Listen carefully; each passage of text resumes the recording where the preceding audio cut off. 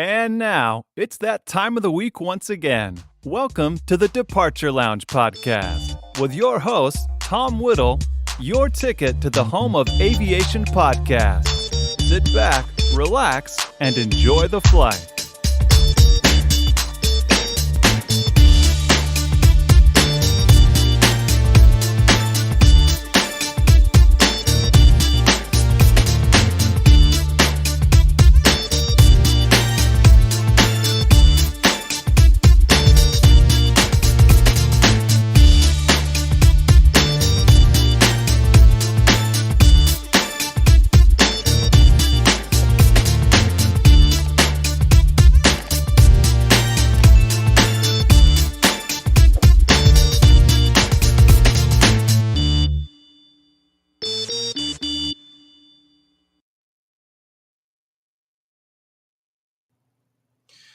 Good evening, boys and girls. Welcome to another episode of the Departure Lounge Live here on the Departure Lounge YouTube channel. And of course, if you're watching on Visions Aviation on YouTube, hello to you. I hope you are well.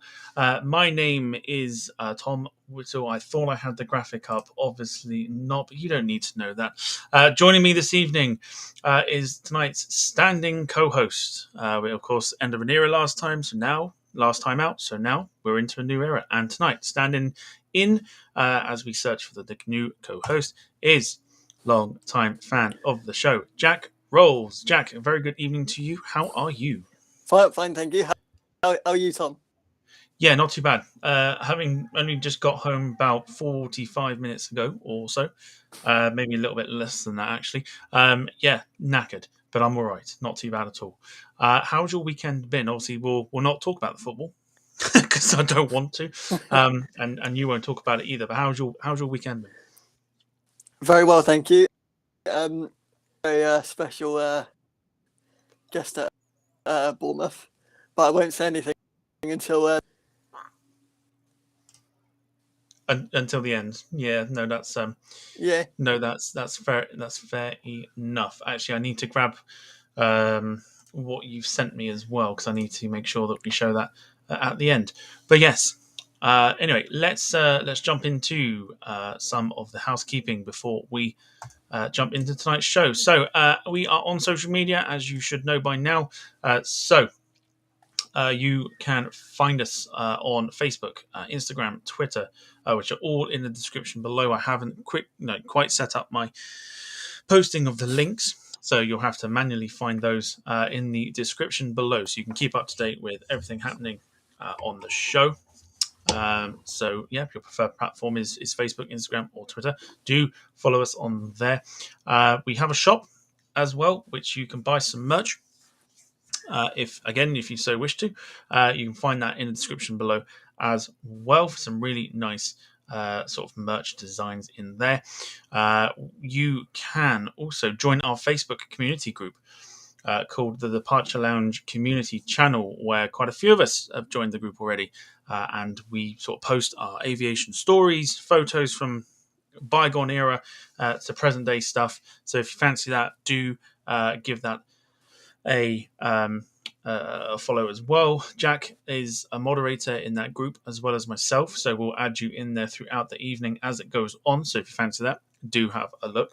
And lastly, if you wish to become a guest on the show, like last week's guest Jeb Brooks and many other guests from before, do get in touch with us on any of the social medias and we'll get you on as soon as we can.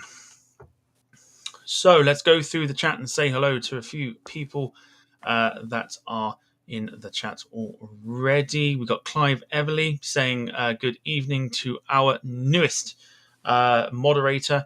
It is, of course, Serena Riley. Serena is there. She says hello. Thank you, Tom. A warm good evening to everyone tuning in. So good evening to you. I know you're literally 20 minutes up the road because I dropped you off earlier. So good evening to you. Yes, good evening to Clive Everly as well. Good evening to Rob Brown playing spot, and he says, evening troops, hope all is well with everybody. We are doing really well, thank you. Trouble is in the house. Jim Gemmell saying hello to Clive and Michael. Of course, hello to Michael Painter as well, tuning in. Lynn Keeble, as always, is there. She says, good evening, everybody. So good evening to you. Wilson Simmons is there. Good afternoon, guys. Good hello to you. Julia Nolan's there. She says, good evening, all. Hello to you. Transatlantic Alison, no matter where she is in the world, she tends to pop in. So hello to you. She says, evening, everyone. I hope you're well. We are very well indeed. Thank you very much. Let's see if we've got any other names that we may be able to point out. Farang Travels is there. He says, hello, guys. So hello to you. And Ian Hartley, of course, one of our moderators, is there as well. Good evening to one and all, and Vision's there as well. So hello to you. Right, tonight we are discussing sort of a relatively little known airline, but quite a big player back in the sort of well before they ceased operations in 2002. It is, of course, I'll bring the picture up so everyone can associate themselves. It is, of course, Ansett Australia. Jack, do you want to give a brief rundown? Just not literally go into fleet or anything. Just give a brief rundown who Ansett Australia were. So, Ansett was a Australian airline, also named briefly for a time Ansett ANA Airlines.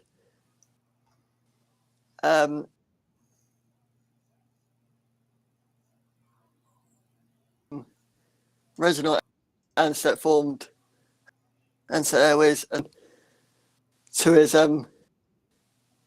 existing road transports, 1935. I think your internet cut out a little bit there, Jack, but I'm hoping that that's kind of not put that off from people saying anything there. Let me just I'll pause you that sound issues. There are sound issues. Okay, so you are cutting out. That's fine. Do you want to try and reboot? Yeah. Try and reboot, and I'll give a quick rundown. All right, just me. Fair enough. Righty ho. Okay, so Ansett Australia, for anybody that doesn't quite know, what Jack was saying was that they're a major Australian airline group. They're not a small player. They were founded in 1936, so 86 years ago, as Ansett Airways or Ansett ANA for Australia National Airways. The airline was based in Melbourne, Australia. I think a lot of people tend to know they had a decent-sized fleet as well. They operated for 65 years when they ceased operations on 13th of September 2001, before then trying to reboot themselves and going out of business completely on the 4th of March 2002. The airline was placed into administration in 2001 following a financial collapse and subsequent organised liquidation in 2002, as we just mentioned. The last flight that Ansett flew touched down the day after, 5th of March 2002. I'll just see if Jack is back. He's not back yet. That's fine. Let's go through the beginnings of the airline. It was founded by Reginald Ansett, Australian businessman and a keen aviator as well.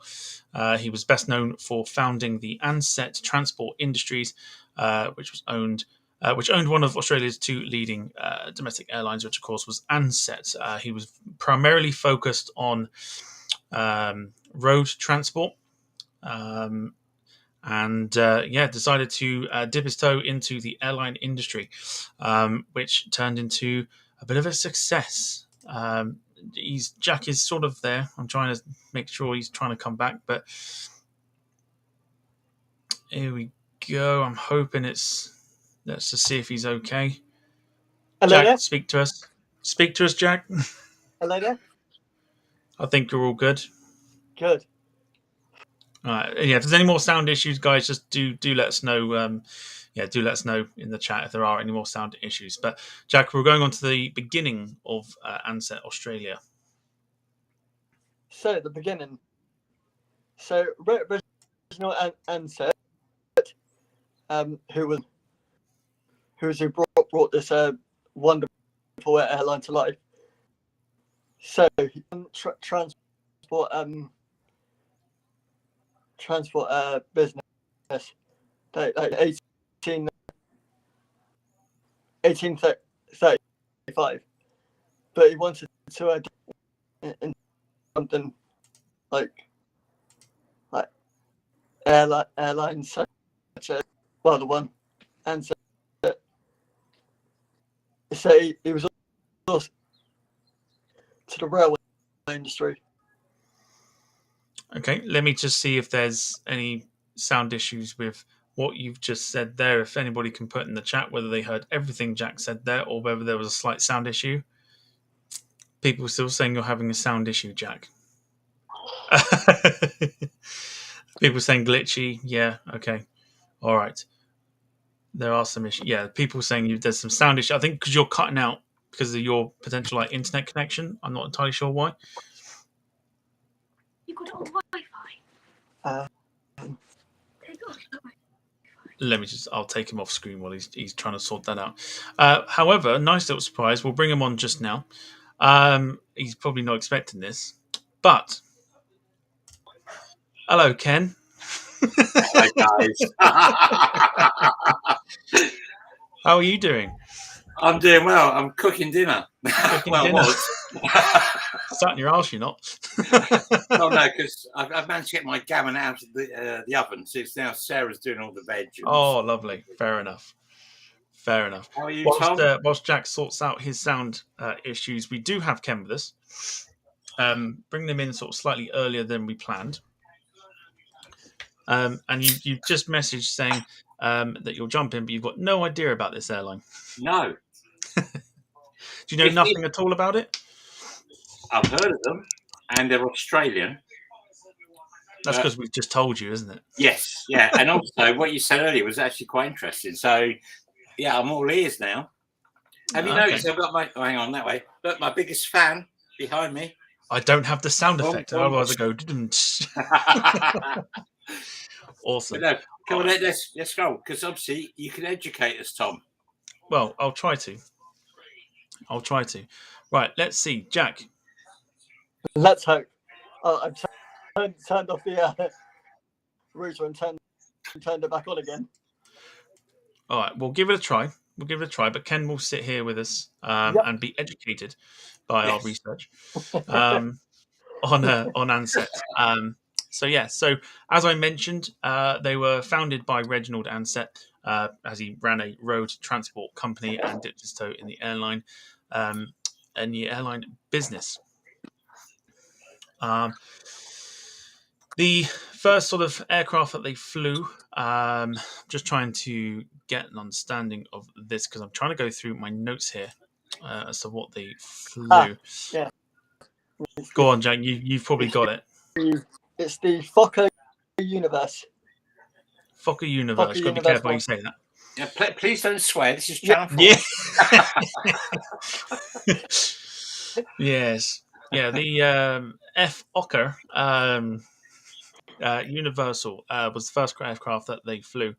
I think in their sort of their short term sort of idea in terms of getting people from A to B rather than doing it via road, and it turned out to sort of be a little bit of a click for Reginald because then he decided that he was going to expand and try to sort of become Australia's number one sort of airline.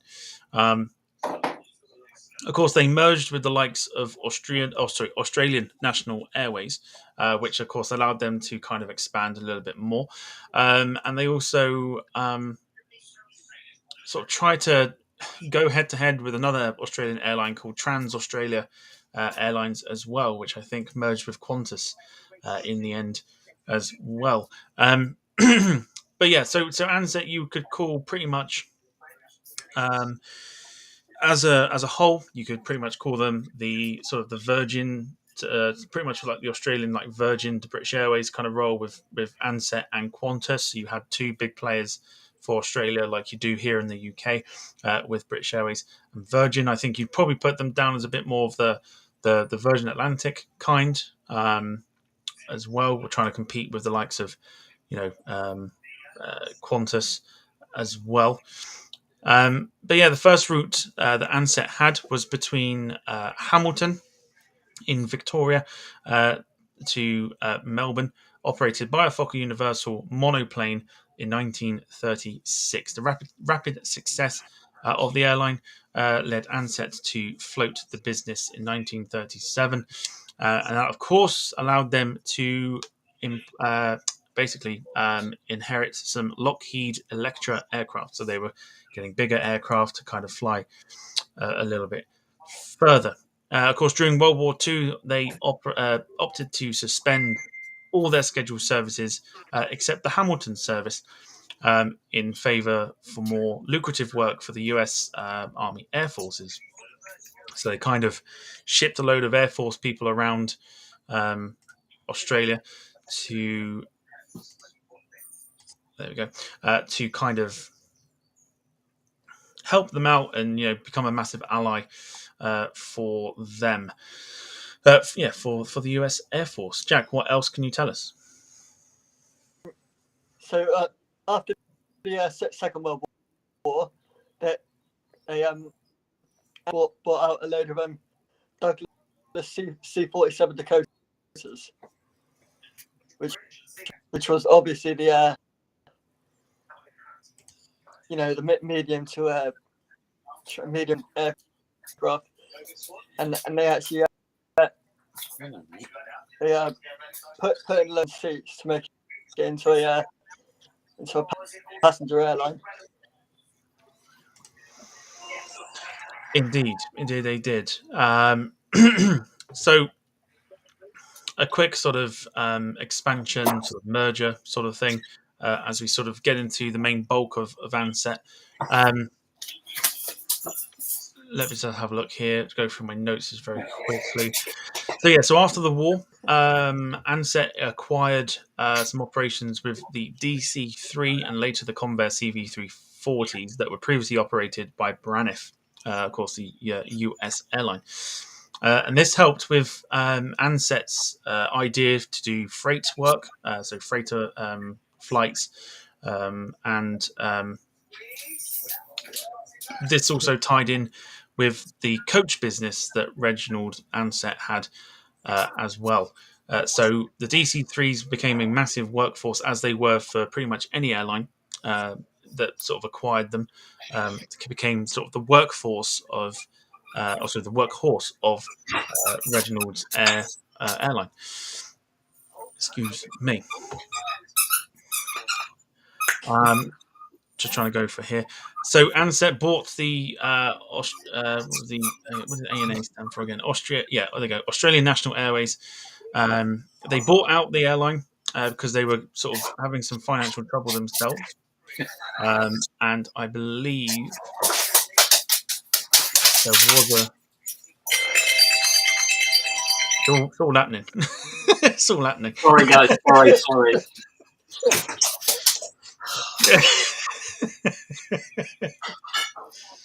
Oh dear. It's all good. All good. All good? No, it's not. Here he comes. Ted, shut up, mate. Come on. He's actually better than he was. That's right. He knows you're on camera. That's why. Yeah. We'll keep going. But sorry, guys. No, you're fine. You're fine. So Australian National Airways continually declined the offer from Ansett to take over the airline that was struggling financially and potentially going out of business. But in 1957, Ansett finally bought the airline for £3.3 million, which, Jack, doesn't really sound like a lot, especially in today's money. Yeah, considering how much you look at money now, it's threepence. I'm just going to see. if we can just say in the chat, those watching, if there are still sound issues with Jack, I know I'm getting a little bit of a cutout. Ken, Yeah, there is a bit of a cutout. Yeah. bit of a cutout still. So what year are we up to? I've now got some Jen up on the screen, so I might be able to help. Depends what you're looking at.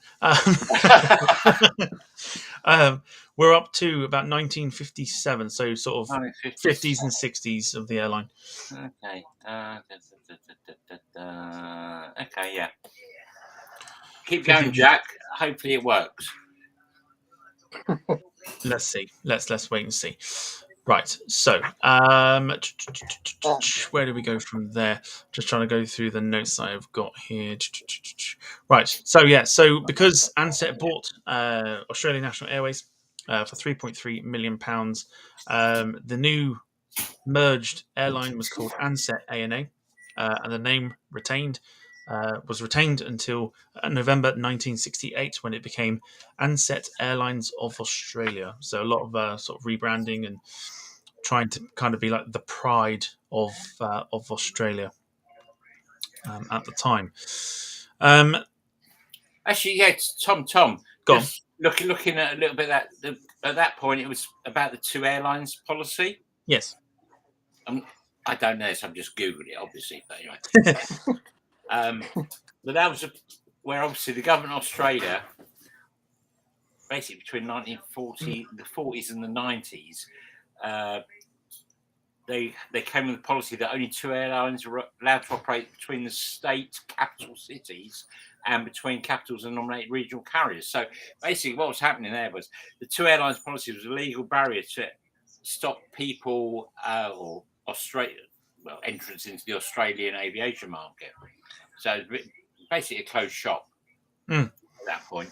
So it did restrict inter city services. So just that the two major carriers could actually do those. It was quite a quirky way of operating, I think, which was a case of just not allowing more than two. Normally they just allow one, to be fair. But yeah, having two is actually quite far out there. But anyway, for most of the period of that policy, apparently the two airlines, which were obviously privately owned, was Ansett and the government-owned, as it says here, Trans-Australia Airlines. Though they persisted for decades, the policy finally fell with airline deregulation, deregulation happened all over the world, well, certainly all over Europe in 1990 or 90s. And that's when it became basically, by the looks of it, a free-for-all. Pretty much. Because probably why they ended up being stuffed, to be fair. Yeah, there's a quick note that I took down about it, which was sort of from the takeover of Australian National Airways. I'm not talking about Austria. From the takeover of that until the 1980s, with this two airline policy, considering you had Ansett and Trans-Australia Airlines, sort of left really from that. Sorry to interrupt. So where was Qantas in all of this? Or was that because they were international? Sitting back with their feet up, watching it all happen, I guess. Oh, okay. Cool. The only way I can sort of, the only thing I suppose is a bit like Laker, where someone's trying to come in and try and be revolutionary, and the big airlines sort of sitting there going, "Nah, it's not. No, just let it happen," sort of thing. And I think that's what Qantas did, because of what Reg Ansett was trying to conquer, was to try to make sure that whatever he did, no other airline tried to do it. And we'll get onto that a little bit shortly. I think I like this guy, actually, to be fair. Yeah. It's pretty much, I suppose it's like the attitude of anybody, really. It's like, if you're gonna set yourself up to do something, you've got to make sure that no one else does it. Yeah. So it goes for pretty much anything in life, really, where, it could be anything. It could be like your own business, where you make sure that it's kind of like you trademark everything and make sure no one does it. It's a bit like, with I suppose in a way Laker as well, where it's like we're going to do this, but we're also going to make sure no one else does it. We're going to offer out low cost type things, but we're actually going to make sure that no one else does it as well. So he kind of maybe took his own, let's say like Australian version of it, and said that in this case we know what we're setting ourselves up for. We know what we want to build, but we also want to make sure that nobody else copies our brand because we know it's going to be successful. And that's kind of, to me, what that sounds like. Oh, I wonder if any of our viewers have actually experienced Ansett. That'd be quite interesting. I'd love to know. Yeah, I'd love to know. If anybody has actually experienced any flying with Ansett, please do tell us. And we'll have a little story time.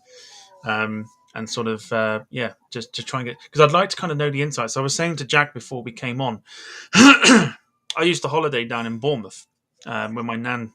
I don't think she had a caravan down there, and I used to holiday down there all the time. And the campsite was near the airport, and I'm convinced that I saw an old Ansett A320 going into storage at Bournemouth. All right, yeah, it might work. Not flying, not doing a 17-hour kind of flight, but yeah, just doing a no. Definitely not a 320, but no, like going into Bournemouth for storage, because I remember the tail, and the tail was very, very much like Ansett, so I'm convinced I saw it. But I think the way that the Reg Ansett ran the airline was literally a case of, this is all mine, no one else can have the idea of what I want to do with my airline. Which is crazy to think about, because you don't really get that nowadays either, where a lot of people will think, oh, that actually works, so I'll take that. But now it's like, I want that, it's mine. So yes, anyway, take Ken off for a minute. There we go. So the two airline policy was quite an interesting one, as we were just mentioning. Ansett and Trans-Australian Airlines were sort of battling it out between the two. They both operated what they call a virtual carbon copy of each other, operating the same aircraft at the same time to the same destinations at fares that were identical to each other. If either airline wished to change its fares, it had to obtain a federal government approval. So a very interesting insight to what Australian aviation was like. There we go. Ken's back after turning his telly off, apparently. Yeah, I was turning the telly off. Sorry. That's all right, because I've not shut my door, so never mind. We're all slacking here tonight. To be fair, the dog's actually been okay at the moment. No, that's all right then. That's all right. I'm just worried about all the other noise that's coming from downstairs. But No, that's fine. So I was just mentioning, I don't know if you heard that just then, Ken, about the two airlines. Excuse me. They had to operate the same aircraft at the same times to the same places at fares which were identical, and if either airline wished to change its fares, they had to obtain a federal government approval. Oh, how ridiculous! Oh my god, crazy, isn't it? Yeah, it's crazy. That's like EasyJet and Ryanair doing that, and then if EasyJet wanted to change their price, they had to go to the government and go, we want to change our prices to this, and they had to go, yeah, okay, fine, and tick it off, sort of thing. It's almost like asking your parents for a lesser fare or higher fare sort of thing, just because you want to try and make a bit more money or try and get more people to fly with you. So what was Qantas doing at this point when you got these two airlines, Ansett and the other one? I can't remember. Sorry, flying internationally probably, and just letting it all unfold in the background. Right. Okay. It's just unbelievable. There's no throughout the notes that I've got, and throughout many videos that I've watched. I'm googling like a good one at the moment. It's just like, no, what? Yeah, I'd say throughout all the videos that I've watched, and throughout all the notes I've taken, there was not one mention of Qantas.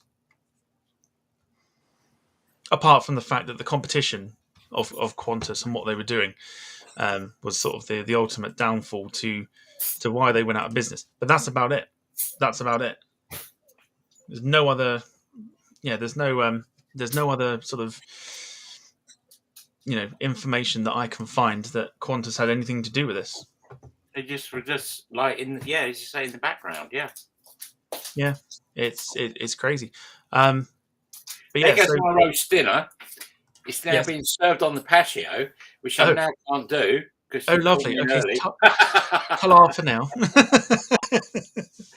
Anyway, so You go enjoy. no, fine, right? Because it's quite. I've just come up with something. I don't know if we've got a little bit. What year are we up to now? We are up to, if I can find my notes again, we are up to probably about 70s now, I think. Okay, all right. I'll just leave it for a little while because just found some interesting info. You can catch up. Yeah, you can catch up. A bit later on. Go enjoy your dinner. No. I'm here for the long term, mate. Fair enough. All right, fair enough. So I mentioned earlier that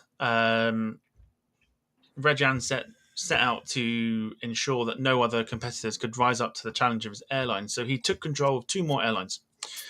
He took control of Adelaide-based Guinea Airways, which was then renamed Airlines of South Australia, and Sydney-based Butler Air Transport, which was then named as Airlines of New South Wales. The takeover of Butler Air Transport was achieved with support from the Menzies government and by Ansett engineering his employees' purchases of Butler shares, which in the same sort of similar kind of way had just been sort of attempted by Butler themselves. So they tried to kind of reverse what Ansett's employees were doing. And he then flew the employees to a general meeting in Sydney and didn't back it. He forced a vote in favour of selling Butler to Ansett. So it's kind of like holding them to ransom sort of thing. So he flew all the Butler Air Transport employees to Sydney to go, you will vote that we will buy your airline, which is a little bit nuts. It's all a bit nuts. The only way you can describe the airline of Ansett is just it's all a bit nuts because. Well, I've just noticed that they had a flying boat service. They did. Just wow. They challenged a lot of sectors in the aviation industry. So they bought Bristol 171 Sycamore helicopters as well. I don't think they'd be very good in water. They weren't. No, no, they weren't. But they also bought for the water service. They operated the short S-25 Sandringham flying boat, which is quite a remarkable looking machine. But that was the thing. That was the thing back in the late 60s and 70s, because you had the likes of Pan Am were doing it, and I'm trying to think of. There are plenty of airlines, but I believe up until recently they kept one of the Sandringhams in the old Ansett colours before the blue tail and that, and they were flying it around doing like pleasure flights and stuff. I'm certain of it. Oh wow, yeah. Yeah, I'm certain of it. It's like a museum piece, but they actually and again, fly. If any of the viewers have ever experienced a flying boat, love to hear about that. That'd be fantastic. Yeah, would love to know. Yeah, Yeah. Like flying boats, flying boats, just any flying with Ansett. If you flew to from Australia to somewhere with them, would happily, would love to know the stories behind them. I mean, the fact also that they had the mount as well, which was a very but very very stunning aircraft. Yeah, a lot of the fleet of. A lot of the fleet of Ansett came from the merger of the airlines and things like that. But to go through what they've actually operated and stuff, it's like a case of who's who sort of thing. That like we'll get onto like the fleets and stuff sort of shortly. Sorry. Yeah, I see it. Does a beaver on floats count? Very good, Alison. Comment at 9. I'll go with probably no. But I know there is. I'm sure there is. I'm sure there is a. It's like the de Havilland, isn't it? De Havilland like beaver. I can't think what it's called, but there is. I'm sure there's a beaver on float, so it's probably not the worst thing in the world. But yeah. So not only I can hear my wine cut incoming. Excellent. lovely. Yeah, so flying boat services, helicopter services, they tried pretty much everything that they could to kind of try and get as much of what they could do out there. Just trying to have a look here. So the interesting thing was that Reginald Ansett lost control of the company to Peter Abelles, who was a Australian /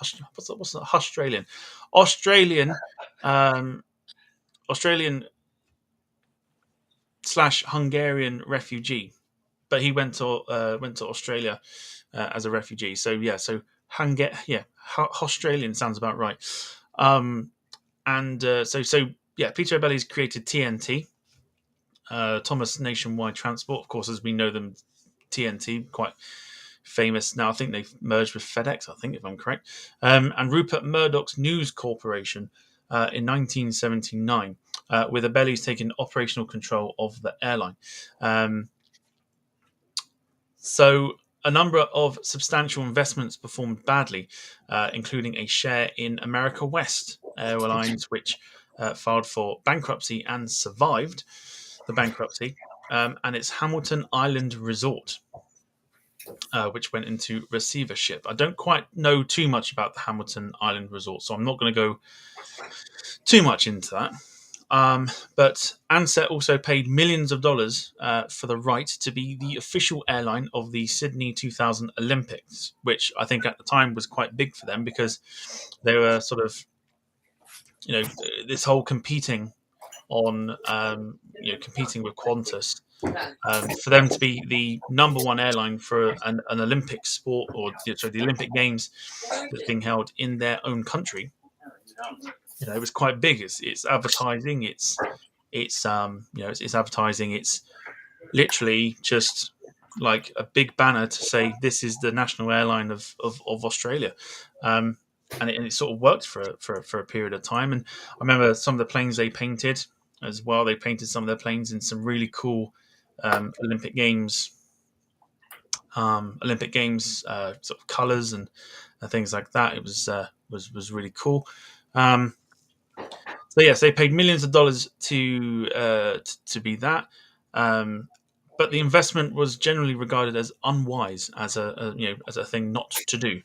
But they went ahead and done it anyway. And I think, considering probably from the sale or the losing of control of Reginald Ansett and losing his airline to TNT and News Corporation, I think this is, a lot of people can now sort of see that this is where they start to kind of, the trajectory goes from up to starting to go down because of the fact that he's not running his own airline. So there's some interesting points to be made in regards to how the airline was then driven to, to being sort of, really financially undependable and eventually sort of going out of business. But yes, the airline expanded into New Zealand in 1987 through its subsidiary Ansett New Zealand after the government of New Zealand opened its skies to the airline. Of course, before, Ansett was purely domestic. It was never international, and that's probably where the two flip, and that's why you don't hear too much about Qantas, is because Ansett were purely domestic and trying, short flights and things like that, whilst Qantas were focusing on the international. And I think the problem there is that because the new owners, especially Peter Abelles, he looked at this and went, well, we may as well dip our toe in the international market as well, and they started international service in 1993, September 1993 to be precise, to Bali in Indonesia, and then Osaka in Japan and Hong Kong in 1994, Jakarta in 1996, and Shanghai in 1997, and they later added Seoul, Taipei, and Kuala Lumpur, which were inaugurated and then very soon after suspended.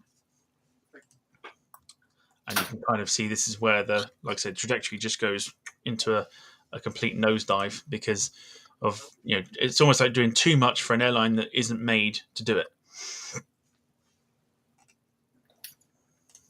So it's fascinating stuff. Yeah, it is actually fascinating stuff.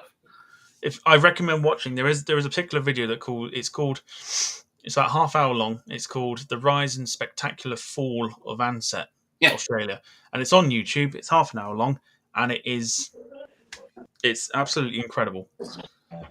Must have watched it countless times just to take notes and stuff, and it was just insane to kind of see not just the financial side of things as to why Ansett went under, but also why they went under as well once Reg Ansett lost control of the airline. Yes, so obviously they were like the Richard Branson of Australia, weren't they? I suppose.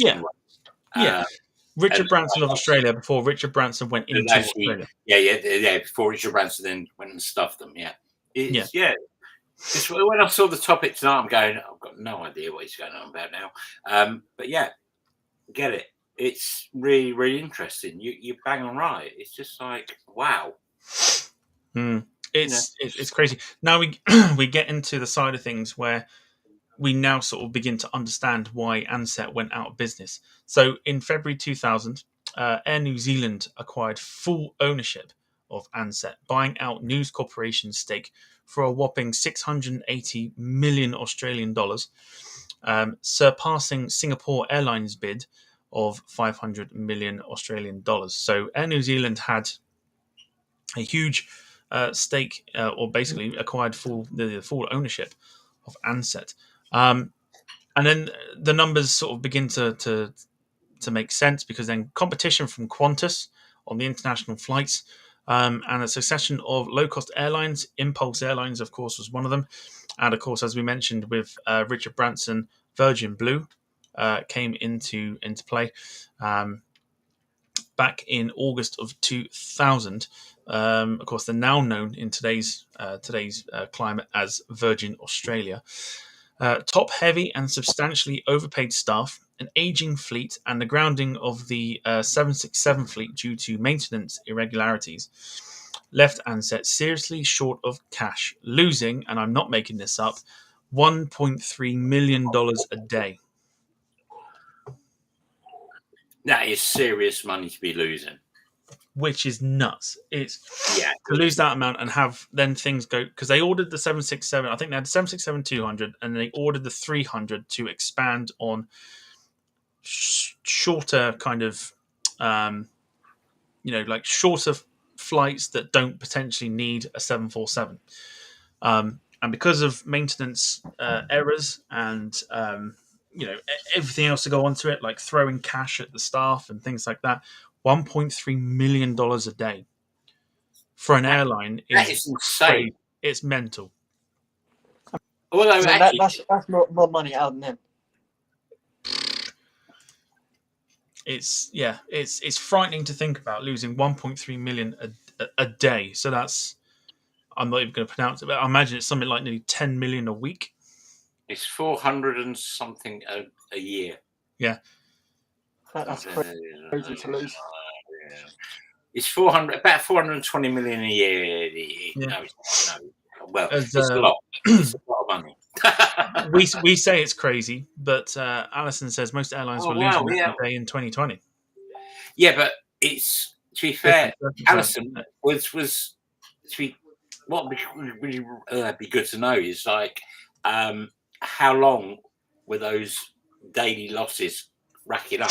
Was it just a month? Was it like literally through the whole year? That's kind of probably what matters, isn't it? Because obviously people have bad days, bad weeks, especially after 2001. But it'd be interesting to know, is that like, how long were your £1 million or $1 million losses a day going on for? Be really quite interesting to know that. And that doesn't actually say that on that article, does it? With Ansett. No, I mean, I couldn't find anything in terms of trying to look into their sort of financial issues, but to see 1.3 million, I mean, this is like the year 2000, so Yeah. this is Oh before, God. Oh, this is before sort of the unfortunate 9/11 yeah. tragedy, or you know But to be fair, that shouldn't have affected Ansett, should it? Really, unless people were scared of. no, but I mean, considering that raised all the fuel prices, and aging aircraft were no longer desired, Okay, and yeah, things yeah, like yeah, that. yeah, yeah. Okay, It, yeah, it yeah. did drive it drove a few airlines out of business, and it was also the final nail in Concorde's coffin as That well. wasn't it just, yeah. British Can we Airways do got rid of can we their. do a show on Concorde going forward? Yeah, there's a lot to talk about on Concorde. There's a lot to talk about on the supersonic age as well, in terms of the race as well. We touched upon it a little bit with Jed Brooks last week with the Boeing 2707, and funny enough, I actually saw a video on it Wednesday night, I think it was. I thought that'd be quite cool actually to talk about. So yeah, plenty to talk about on that. But yeah, I mean, British Airways got rid of their classic 747s that I think were probably going to be around for another few years afterwards because of the fuel and stuff. And lots of airlines just got rid of old aging planes because otherwise it was sucking the money out of the airline, and it was wouldn't have been any good for them. But yeah, 1.3 million in a world where fuel was fine, I think at that point, and it's crazy. Just but if airlines are doing that nowadays because of pandemics and things like that, maybe it's not as crazy. But I think to us, losing 1.3 million dollars a day was crazy. But yeah, so because of the loss that they were making, and the fact that Ansett was seriously short of cash, Air New Zealand, of course, who had full ownership of the airline, attempted to cut Ansett's costs while expecting to maintain some of the same level of revenue. So they were trying to save money but make the same that what they were trying to bring in, and Yeah. ultimately didn't work because the cost cutting actually hurt Ansett rather than try to heal it. It actually made it a hell of a lot worse. Tom, just 2 seconds. So, did Air New Zealand continue the Ansett brand, or did they just merge it into? Well, actually, they must have done the Ansett brand, must they? I believe they carried on. Yeah, I Yeah, believe yeah, they yeah, carried yeah, it on yeah. even during the Sorry, stupid question. Yeah, they must have done. yeah, even during the cutting of the cost cutting measures that they took. They continued with it. They tried to kind of slimline it down as much as they could, while also trying to bring in the same amount of money with less options, sort of thing. Yeah, yeah. And it just didn't work. So it was something that they then turned into, like it just didn't work. I'm just trying to go back to where I was with my notes. So additionally, Ansett's fleet of aircraft had been allowed to deteriorate as well. So they were not well looked after. They were not maintained well enough, which of course then led to the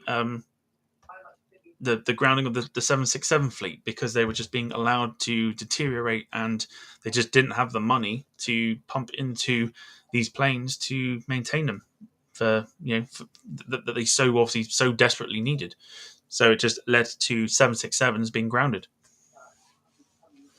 And not to mention, this was during Christmas 2000, and a full grounding. So it was a partial grounding in Christmas 2000, which of course is not what you want to do over the Christmas period, because people will be flying out to families and everything else. But they grounded that lot partially, and then a full grounding came in Easter 2001.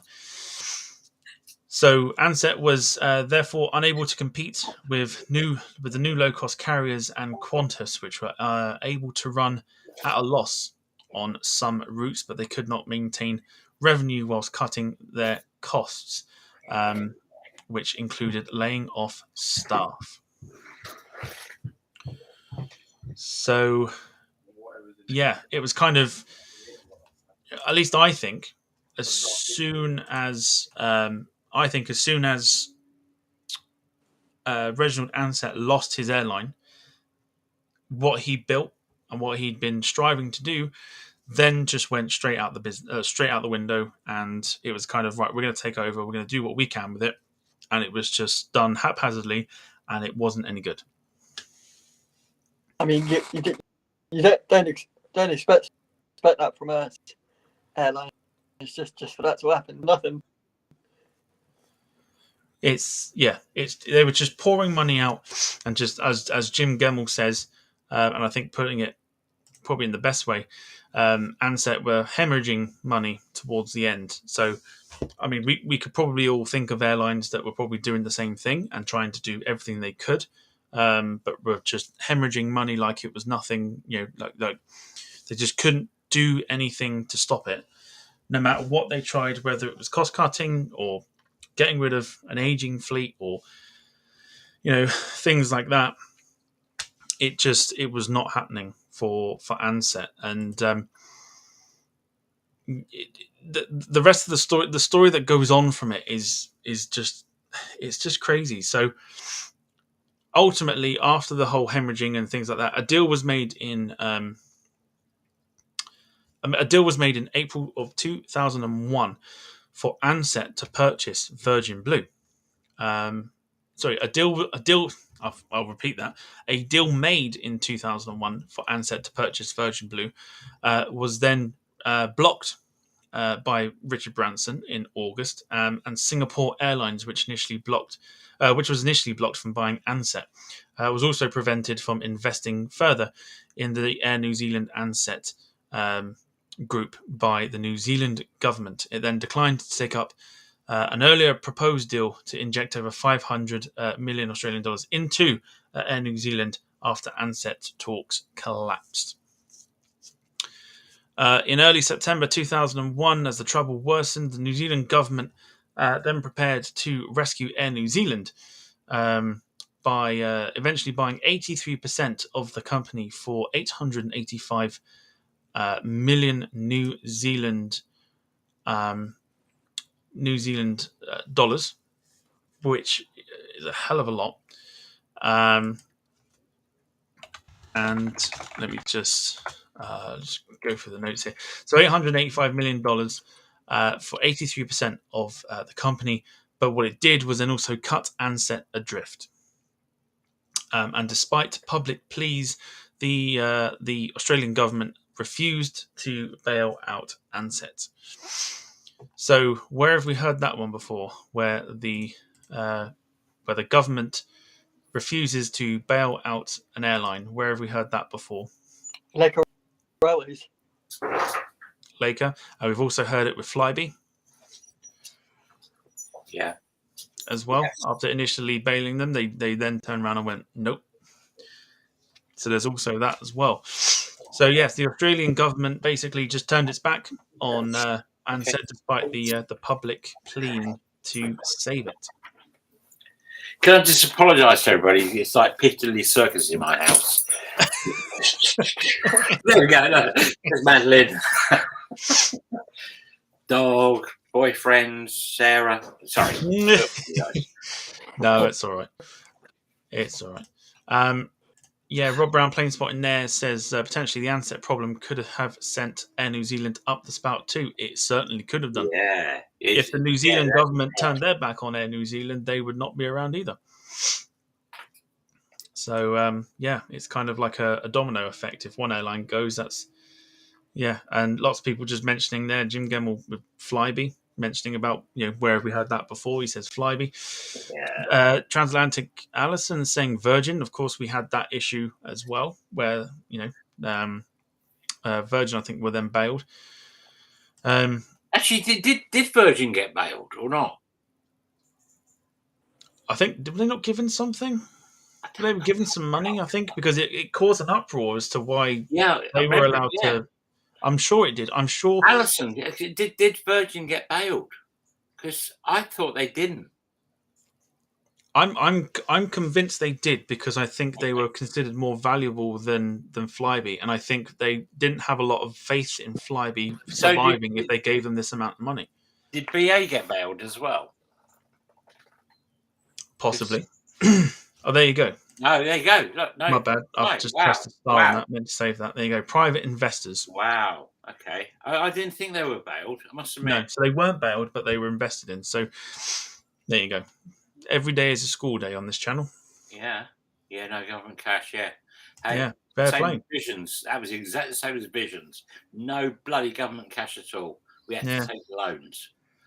Mental. But, so no, I'm sorry. There you go. BA got cash. Oh, did they? Oh, wow. No swearing. Yes, I know. It's a strange world. It really is a strange world when it comes to airlines and stuff. But yeah, so quickly running out of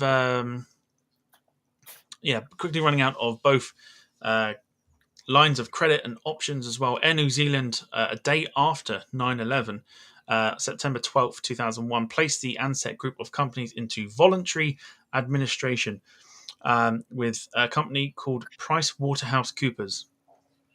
Wow. Actually, why would they do that? Because that had no effect on them. They were like, obviously, Aussie internal, maybe going over to New Zealand. So, why did 9/11 affect them? Really? Again, I think it's aviation. It's a rhetorical question. It's just like, what? Yeah, it would have affected aviation globally, but I think at this point, with Air New Zealand placing Ansett on into administration, it was more of a case of, okay, we're throwing everything we can at this to try and save it, but it's almost like trying to save a sinking ship, or trying to put, they called it a square peg in a round hole. Okay. And it's just not doing it. And I think that not knowing the future of how aviation would. Yeah, but it's the same as COVID, right? Okay, COVID came along. Yes, it was all doom and gloom, wasn't it?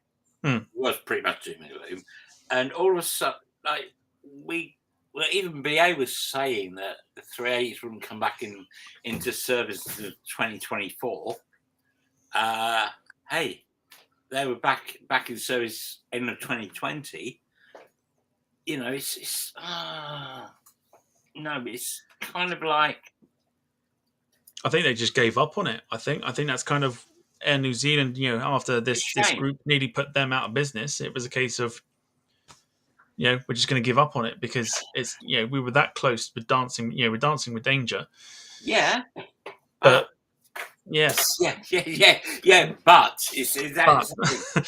could they have given it to somebody else to try and save and potentially put somebody else out? It's one of those things. It's like. I don't know. I'm kind of guessing that Ansett were probably not that profitable. Probably not with all the issues that were going on. And I think the record as well with the maintenance of the planes and being allowed to deteriorate and stuff, I don't think installed a lot of confidence in many airlines that were potentially looking at it going, oh, we could probably save that. It's like buying a new project and then suddenly that project not really going well. Yeah. Like, we've seen it with, to bring it up, we've seen it with like football clubs and stuff. People buy football clubs. Now you shush now. Not saying nothing, Glazers. Not saying nothing. But it's like I'm not going to say like Derby are going out of business, but people are trying to buy Derby County and things like that, and trying to bring it back to what it should. It's anything. It's any kind of Bury Football Club, Macclesfield Football Club, whoever. It's kind of like you're taking a new project. Yeah. Good shout. That. Yeah. So it's like anything you can try and throw at it, and it's like it's just either bouncing off a wall and it's not happening. So, I mean, Rob Brown makes a very good point. Same story with Air Berlin. Air Berlin you can imagine the exact same sort of thing. Qatar can only flog a dead horse for so long. Well said, Rob. Big Brother's pockets are indefinite piggy banks. And that's why Air Berlin, of course, another one that was, huge. Not just a small airline, they were massive. They were flying to America. They were flying to all these different places. And then all of a sudden, they're in trouble and airlines don't want anything to do with it. That had bought some company stake in it. I think it was it Etihad? I think it may have actually been Etihad, not Qatar, that had some stake They bought some stakes in the airline and then pulled the plug, and then that killed it off completely.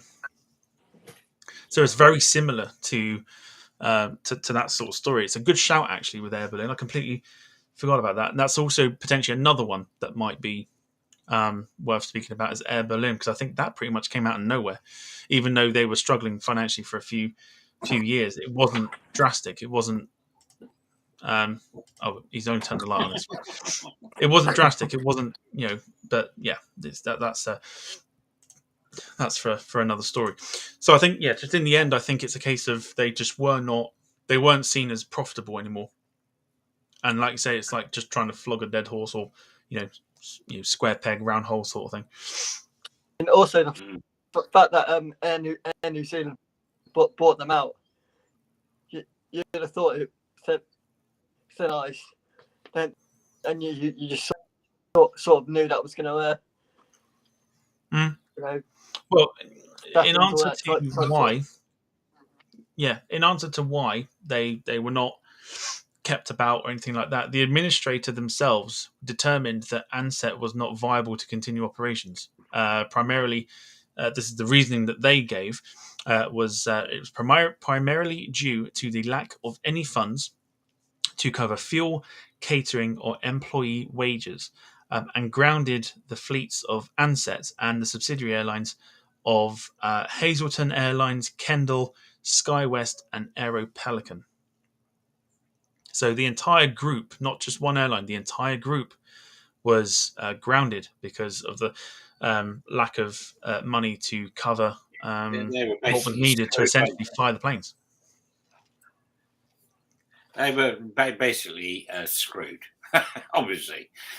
Screwed is probably a good. Sorry, I'm not. Screwed is probably the best way of putting it, which is a massive thing. They were just like, they were done. When you're done, you're done. End of. That's it. I presume you. I don't know if you get Tommy going on to the fleet they had on the last day. But I'm just looking at it now, and you're thinking, "Wow, that's a good fleet," but obviously their business was not viable. Yeah, we will touch. Yeah, we will touch upon that. There's still a lot more that went behind the scenes, like a lot more that went behind the scenes in order to get Ansett basically out of the skies for good. Pretty unbelievable, really. But once the decision of putting Ansett into administration essentially was made, all the flights that were in the air at the time were allowed to continue to their destinations. And the sad thing about it is, and I even now I sort of feel for the people that worked for the airlines and the subsidiaries and stuff, and even the passengers. No one of either the passengers or the crew or any staff members were told about the stopping of operations. Oh, what? Whoa! Nobody whoa. was told about it. No one was told. Really? So customers were flying to these places, like, if we touch upon the fleet, the 747s, they weren't flying domestically. So you were flying to Japan, you were flying to Hong Kong, you were flying to. Tommy, it doesn't matter where you're flying to if you're not bloody.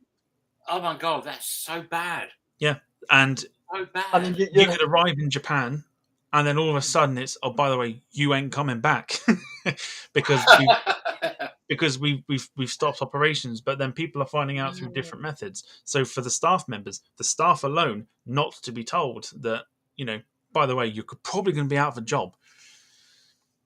Is you're definitely going to be out of a job. Oh my God. Yeah, well, not probably, definitely. Yeah, but definitely. To be told that is ridiculous. Like not to be told that is utterly ridiculous.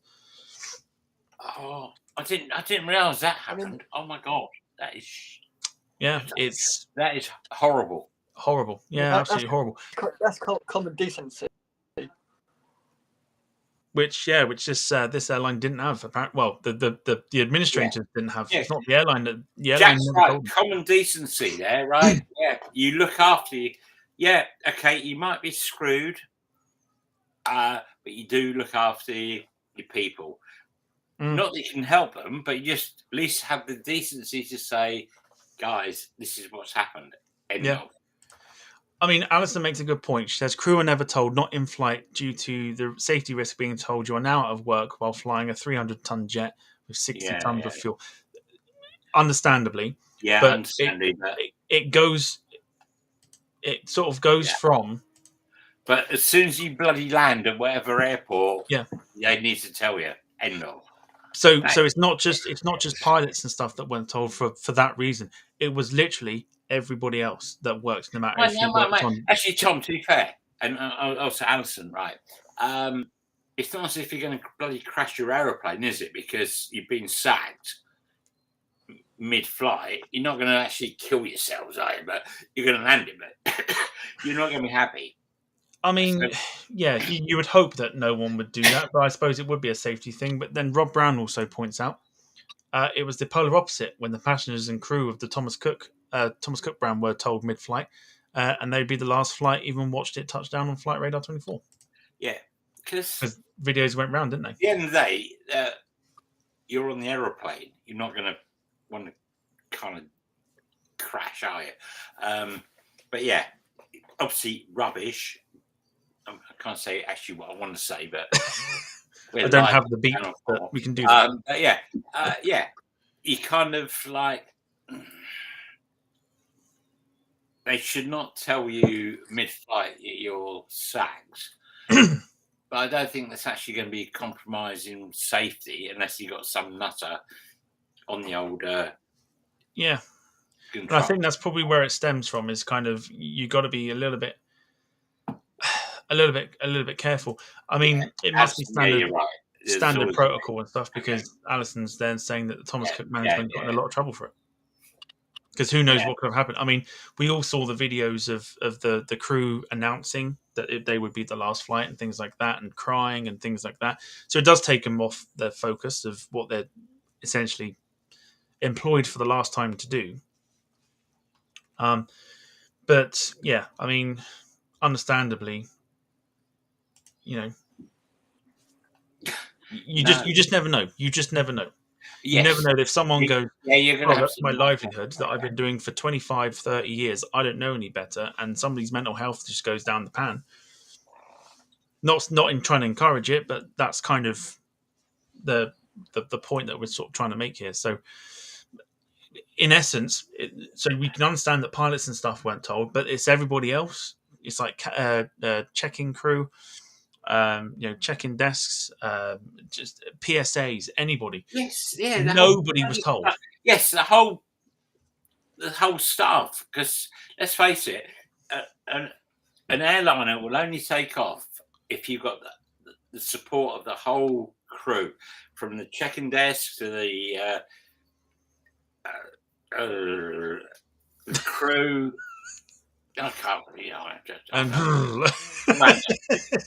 Just no. I mean, the flight attendees, the ground happened unless. Yeah. So when I looked at my machine.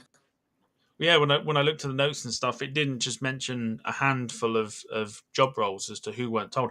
It says all the employees, like all of them, ground crew, all of them, no matter who, how you work for this particular group or this particular airline, all of them were not told. And it's mental. It's crazy to think about. Let's just we'll go into a little bit more. An Ansett Boeing 767-200 operating on behalf of Ansett Air Freight, due to depart Melbourne for Launceston, Tasmania, which I always find quite weird because we have a Launceston down here in Cornwall, and it's like half hour away from where I live. So it always throws me off a little bit. It's like, oh, we're going to fly to Launceston. We can't do that. Oh, right, you mean Australia. That's fair enough. So Melbourne to Launceston in Tasmania was the first aircraft to be stopped from flying. It was unable to be unloaded until midday the next day, as no paid staff were on duty. Everyone had been told in the days leading up to September 14th that flights would continue on schedule, and most Ansett employees did not find out until they showed up for work at dawn that day.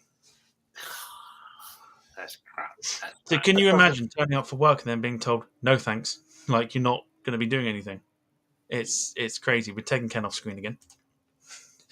But it's crazy, isn't it, Jack?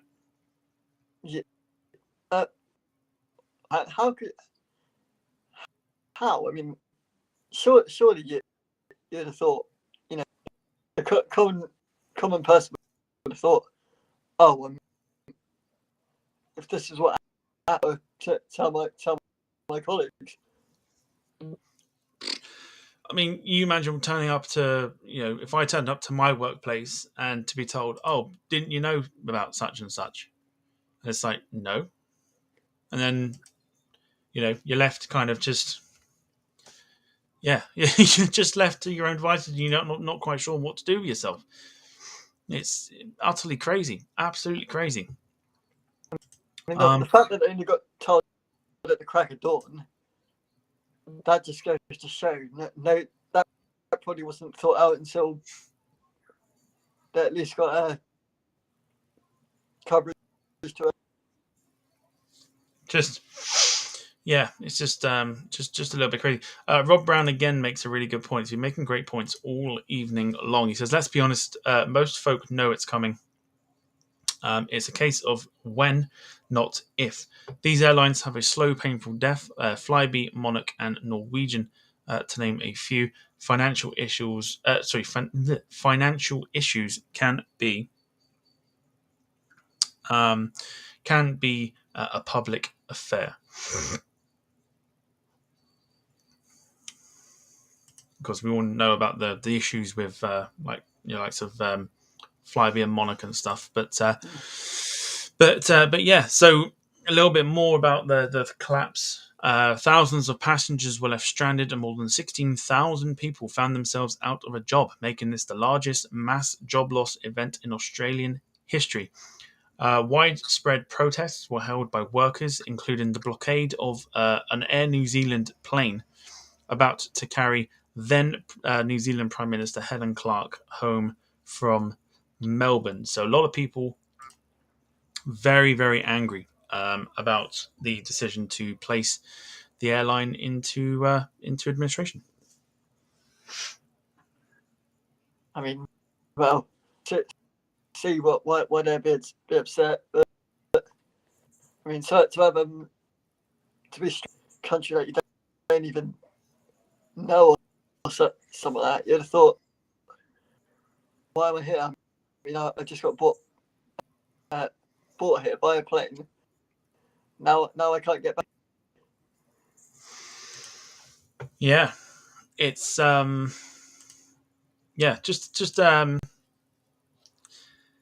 it's hard to really fathom, I think, in terms of the way that this whole thing that you can you can't really understand the way that the whole thing was done.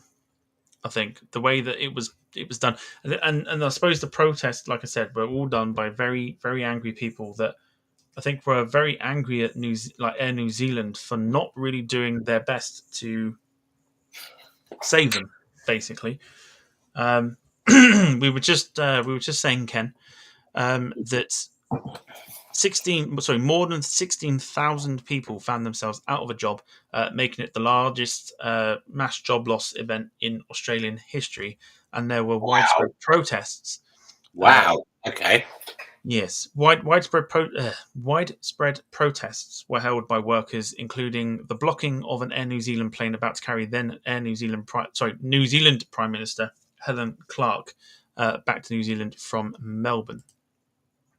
Wow. Very angry indeed. I'm guessing, though, that Qantas weren't involved in that. They must have been dead happy that they had problems. Obviously, Qantas must have been licking their chops. Yeah, basically, yeah. Because they were bloody hell. You would have thought so. Doesn't matter what they say publicly. Deep down, they're a business. They're like, yeah. Well, I mean, I suppose for Qantas, Qantas, it was a case of they had the likes of we mentioned earlier in the show Trans Australian Airlines, I think it is, or Airways, one of the two. They sort of merged with Qantas as well, which is why you'll see Qantas colours on rare planes like the A300 and things like that, because they were all inherited from TAA. And Qantas then pretty much took over it. And I don't think there's, apart from nowadays where you've got the likes of maybe, you can't even mention Virgin Australia in the same bracket, really. Just trying to think of sort of Australian airlines apart from Qantas, really. Don't think there is many, if there's any. It's Qantas, isn't it? New Zealand? Just Qantas. New Zealand? Eh? That's the only one I can think of. New Zealand. Well, yeah, I mean, not really the Australian market there. Yeah. But Well, yeah, maybe I mean, maybe pick up in Sydney or Melbourne or somewhere. Who knows? But well, it's interesting because, as we mentioned, Qantas, with Ansett going into New Zealand to create Ansett New Zealand and operating sort of domestically in and around New Zealand, that Qantas then went and did the same thing and moved a lot of their sort of 737, older 737s into New Zealand. And I think, all right, Tom. So, were Qantas not already operating into Auckland and stuff before Ansett? mainline, yes. Right. Okay. All right. Mainline, yes, but then they took the opportunity to lap up a lot of the slots that was left by the collapse of the Ansett group, and then moved a load of their planes. Which is why, again, if you search it on the internet, you'll see a load of Qantas like planes with New Zealand registrations on them, and I think they're called something like Qantas Jet Connect, I think, or something, and it's domestically in and around New Zealand. So it's like So the Aussies basically treat New Zealand's like domestic. I don't know if it still happens now. I don't think it does. I think it because they're New Zealand have got their own domestic ways of doing things. So are we kind allowed to talk about, because obviously I wasn't supposed to be on this early, blah, blah, blah. But I noticed Ansett had a few 747s. What were they used those for? So the 747. I mean, we've pretty much covered sort of the ending of the company. There's a little bit more which we'll jump back into shortly. We'll go on to the fleet. They had a few 747s. They went from the 300 up to the 400, but never operated 200s or 100s. But I thought they had a lot more than this. They only had 5. They only had 5 747s across the 300s and the 400s. So they had 3 300s and 2 400s, but the 2 400s were leased from Singapore Airlines. Yeah, but who, of course, were blocked from buying them. Yeah, but the more interesting ones are the 300s, really, aren't they? Yes. Yeah. I mean, as this picture that I showed at the beginning, there you go. There's a 300. Yay! There you go. There's a 300. I kind of wish I saw her. The livery is fantastic. I really like it. I really, really like the livery. But they were operating to sort of places that 767s couldn't get to, or on more of a high demand route. So, I'd probably go with the likes of Hong Kong. I know it definitely obviously went there because that picture was taken at Kai Tak. Be wrong, yeah. Be stupid otherwise. Say, they didn't operate there, and there's a bloody picture I've just put up. They would have gone to places like Osaka in Japan, pretty much like the places that they expanded to. Bali? Probably. Yeah, possibly. Possibly Bali. But yeah. So they were working within the region, weren't they? Or trying to. Most of Asia. They never entered Europe. They never did America. Yeah. They never did what Qantas did, which was kind of expand out even further. It was just keep it sort of in the Asian market and go around and do it that way. It's a real shame that they didn't actually push on. To be fair, it probably was a good thing that they didn't, because I think it probably would have killed them off a lot quicker. Yeah, maybe. Yeah. Especially if they were hemorrhaging money like they did, I think they would have just hemorrhaged it a lot more if they tried to fly one of their planes, because they have to lease it and then send it straight to, I don't know, let's say London or Frankfurt or wherever they wanted to go to. Even if they never operated it into Heathrow and they went to a place like, let's say, like a Stansted or a Gatwick, cheaper operating costs, I think they still. Don't sag off Stansted, mate. I've been there. No way, I'm slagging that off. It's one of if you find a good spot, it's one of the best places you can spot at. But especially if you love your Ryanair. But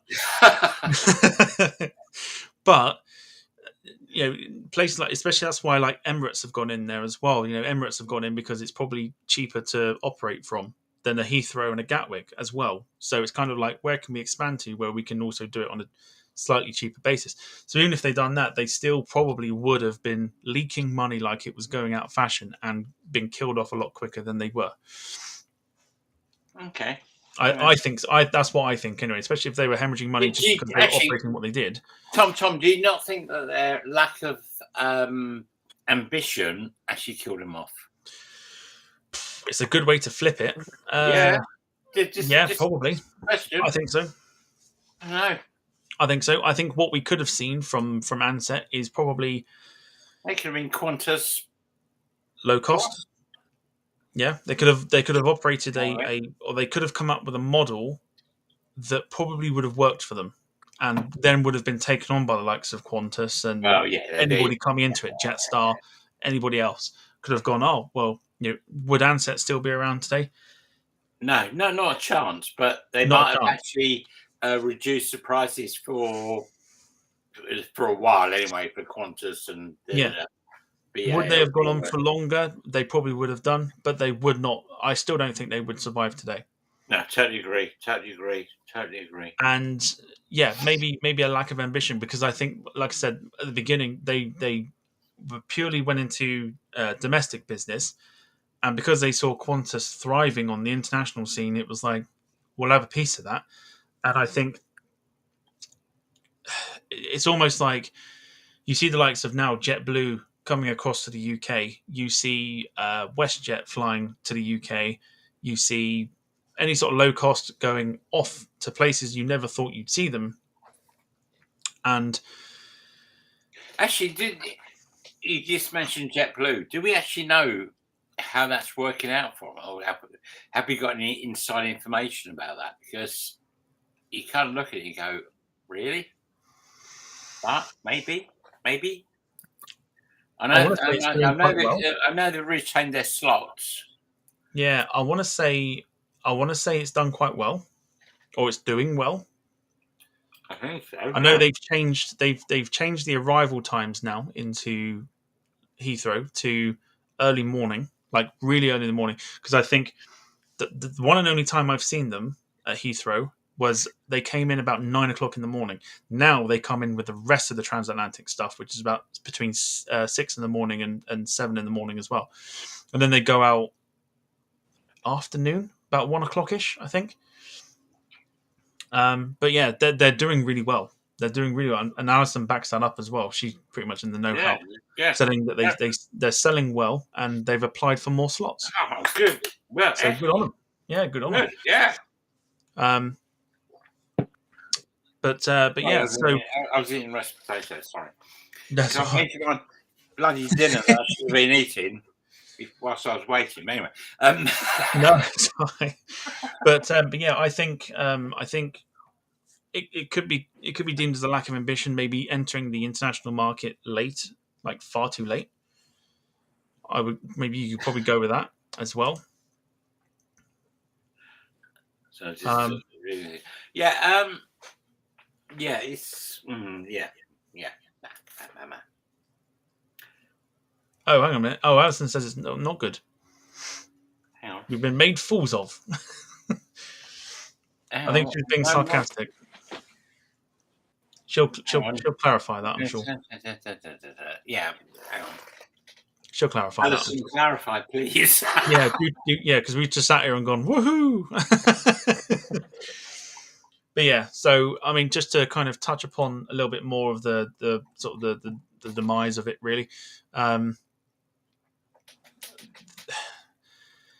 The Ansett administrators alleged that Air New Zealand had engaged in asset stripping of Ansett and had sustained excessive fuel costs for Ansett due to Air New Zealand's failure to hedge them, leaving Ansett susceptible to major fluctuations in fuel charges during the year of 2000.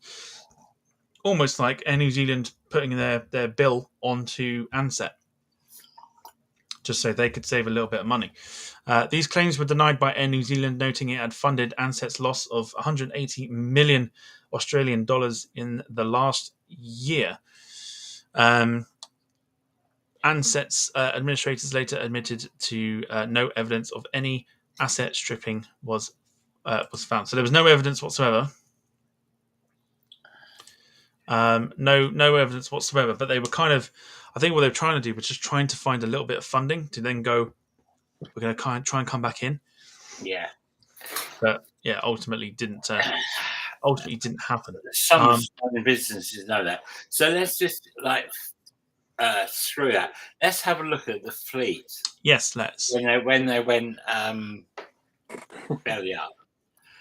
Not the smallest of fleets, I'll give them that. No, I'm just looking at the three 747-300s, the two 747-400s. Mm-hmm. Yeah. And then I don't care about the rest of them. You got big birds. Well, the thing is, you look at the fleet that they had, and you sort of associate. You see all these pictures of. But Tom, have you seen? They branded it as Ansett Spaceship. Yeah. Oh, Ansett Spaceship. Ansett Spaceship. Yeah. What? It's like the flagship that will go with spaceship and things like that. Might be why they went bust. To be fair. Possibly. They weren't going to the moon. Yeah, possibly. Oh dear. But they had some good kit, didn't they? They did have some good kit. Yeah, there's some interesting planes in there from like all of these, but there you go. Yeah. So they had, I think the biggest amount of planes they had were the A320s, which I think were sort of coming in brand newish. They were only a good few years old at the time. What? No. As far as the biggest one they've got is the 737-300. Yeah, 23 of those. Then it was 20 of the A320s, 18 of the BAE 146s, and then sort of the fourth biggest was the CRJ 200s of 12, which operated for the subsidiary of Kendall. They were a good airline, weren't they? They had some good planes. Good planes, not enough of them by the looks of it. Just one of each, in a way. One of each, and just try and spread it as far as you can. In terms of their historical, aircraft, like I said, the Lockheed Electra, they had those. They were in service from 1959 to 1983. The Vickers Viscount, they had those as well.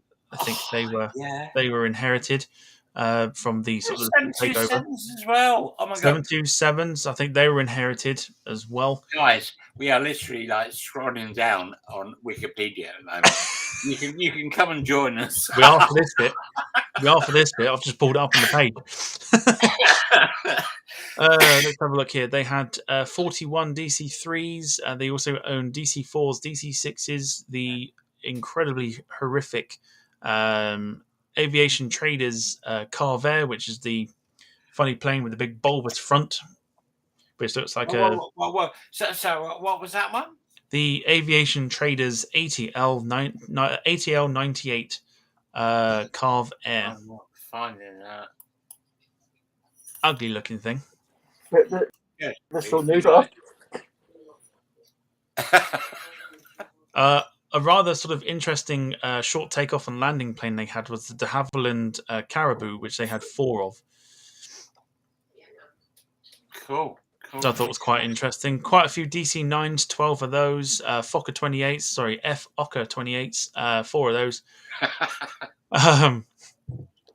And just, some really interesting planes. I think they had quite a few for flight training. We need more 747s, end of. Yeah. Now, rather interestingly, I don't know where they found it from, but there was a Mark II version of Ansett, which was only around for a year. This was after the airline was placed into administration in 2001. Well, hang on. There's a Mark II Ansett Ansett Mark Australia. II. Yeah. Really? They Okay. relaunched it. Yeah. Okay. So they relaunched Ansett Australia from October 2001. So literally not even a month later, which then went out of business in March 2002. And so the only aircraft to be utilised from the original Ansett fleet was the A320s, I think, because they were sort of brand newish at the time. So they were taken from Ansett Australia to the Mark II version. But the 737s, 767s, and the 747 fleets were grounded from September 2001 onwards, as were the BAE 146 fleet, with the exception of a one-off flight from Cairns to Brisbane in November 2001, operating the back end of a charter flight for the government. So the government that turned around and went, "We don't want to save you," wanted one of these planes out of. Yeah, but we need to hop on board because we got to go there. Yeah, exactly. But we're still not saving you. But yeah, yeah, absolutely. But, yeah. We're going to use you. Yeah, that's it. Just using them. That's all it is. Use and abuse. You know, wham bam, thank you, ma'am, sort of thing. Oh, mate, yeah, absolutely. A wham bam, thank you, man. That's all it is. Yeah. Yeah, two other BAE 146 aircraft were chartered by the federal government in late 2001 during the federal election campaign. Several of the defunct fleet types did operate ferry flights back to Melbourne from wherever they ended up across Australia in the months after the collapse, and operated an occasional test flight around Melbourne to retain currency. Yeah, retain currency. That's all so they kept up. They kept up the flying hours and stuff to try and sell them on for assets and stuff like that, but actually came to no avail. Of the subsidiary fleets, only the former Kendall CRJ 200s did not return to active flying. The Fokker 50s, Saab 340s, Twin Otters, and Metro 23 regional aircraft were all back flying for Southwest, Kendall, Hazleton, and Aero Pelican in the weeks following the collapse. Both Kendall and Hazleton merged to create Regional Express, of course, now known as Rex in Australia, sort of Australia's Ryanair sort of thing, but not as massive. Podcast. Hey, sorry. Is this someone? Sorry, guys. Sorry. Just noticed a fucking thing. Sorry, I noticed something. And it's just what? No, Big One podcast saying what happened to Funny Song Guy. It's an interesting one. Who's that in the chat there then? We don't know. Okay, might be one for the for mods to check out. Just see if that's who is that? Don't matter. We'll find out. I'm sure. When you do, please let me know because we're gonna. But rather interestingly, as of 2013, 5 of the former Kendall Saab 340s that were part of this whole mess were still in service with Rex up until 2013.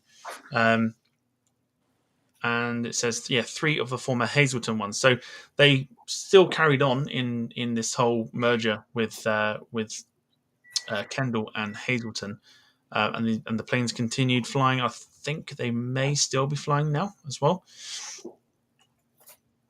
But quite an interesting history into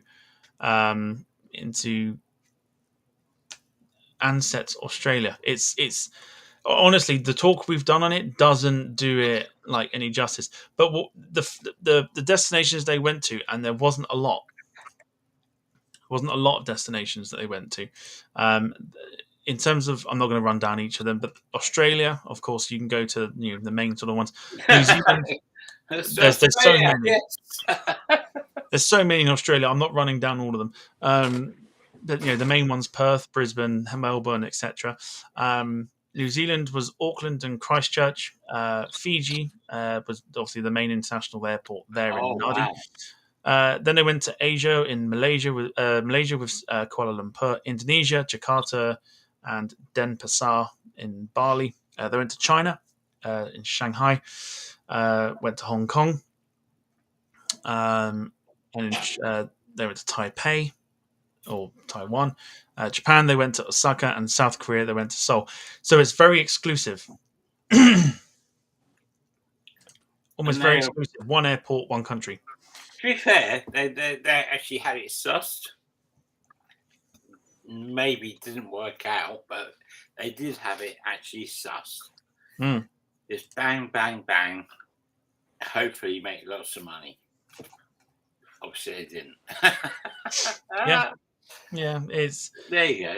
It's a weird thing that Ansett tried to do, where they're very exclusive to almost like one airport in one country. They didn't open it out as much as they should have done. I think they could have maybe gone a little bit further with what they did. But again, like I said, as you said earlier, mate, Ansett were the Virgin or Branson of Australia. Yeah. Unfortunately, Branson was bigger and he kind of took over. So there you go. Yeah. What can you do? Yeah, I think so. Well, that hour and a half went absolutely.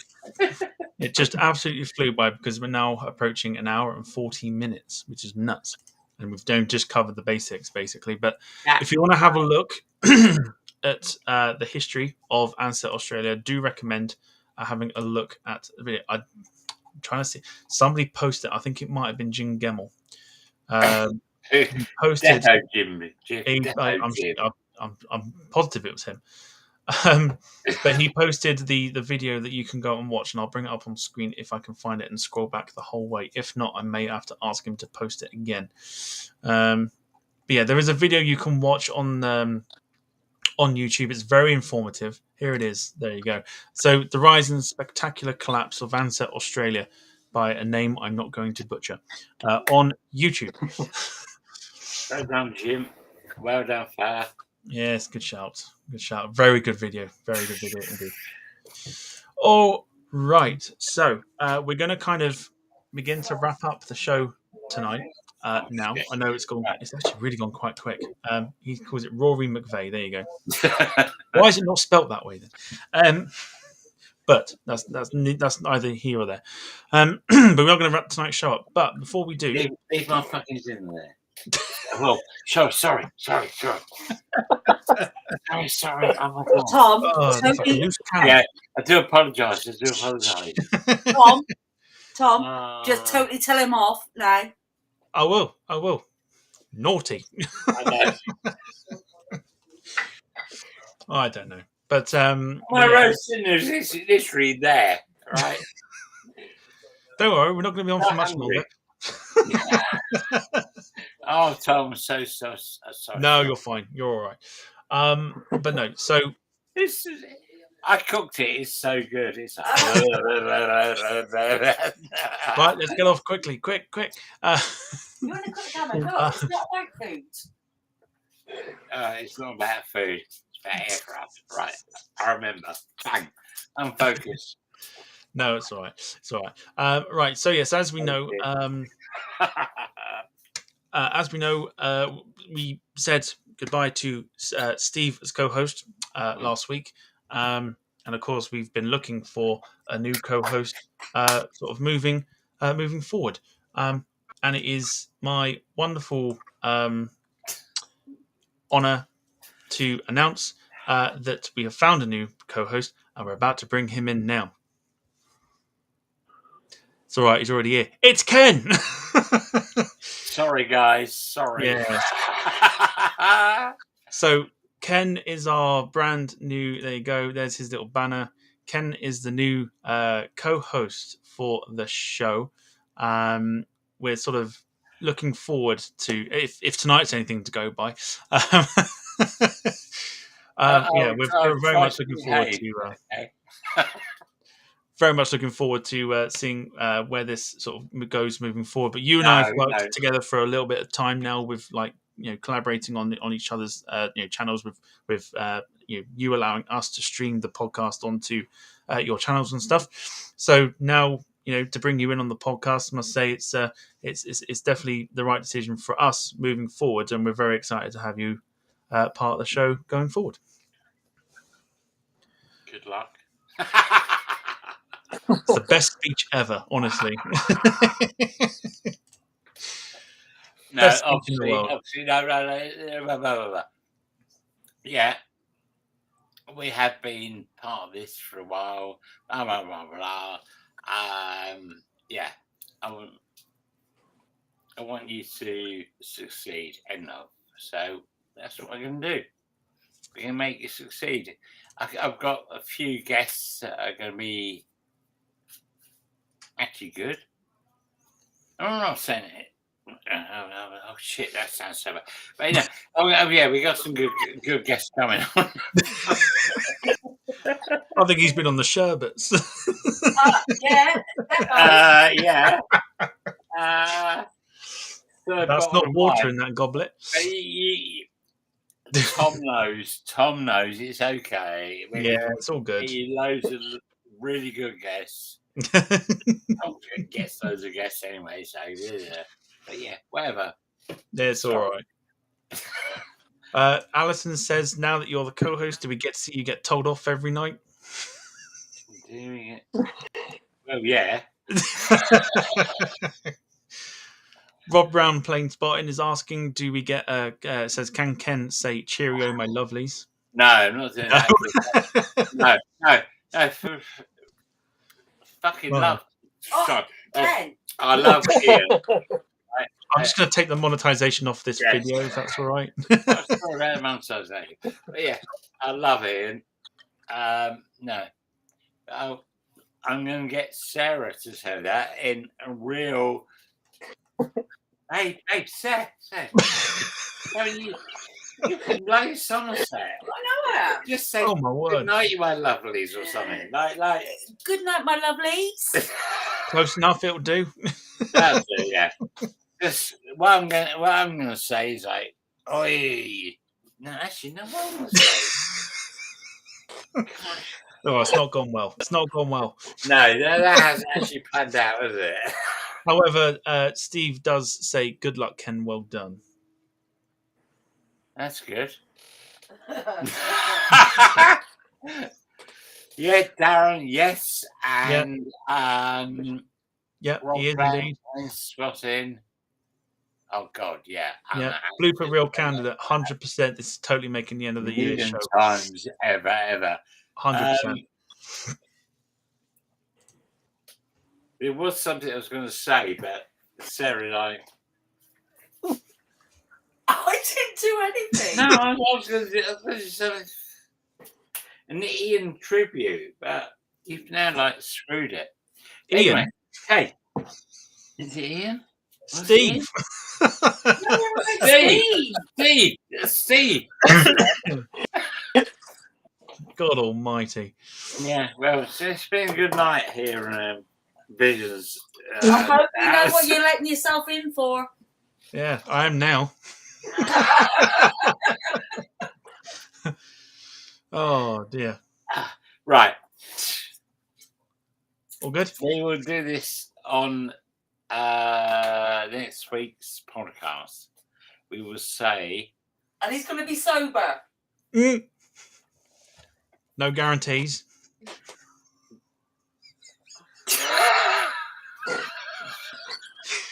Oh, goodness me. Apparently. Cheers, guys.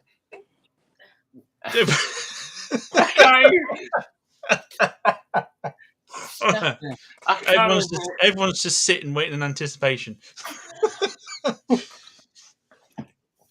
Stay. I'm training a dog at the moment, so stay, sit, stay, Sleep. Yeah.